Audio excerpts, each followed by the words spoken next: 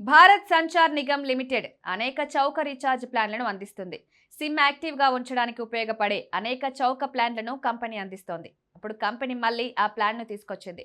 దీన్ని కేవలం రూ. 107కు పొందవచ్చు.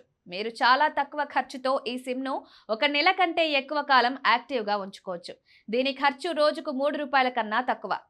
ఈ ప్లాన్ డేటా ఇతర ప్రయోజనాలను కూడా అందిస్తుంది. మీ బిఎస్ఎన్ఎల్ సిమ్ను యాక్టివ్గా ఉంచడానికి ఈ రూ. 107 ప్రీపెయిడ్ ప్లాన్ మీకు మంచిదని నిరూపించవచ్చు.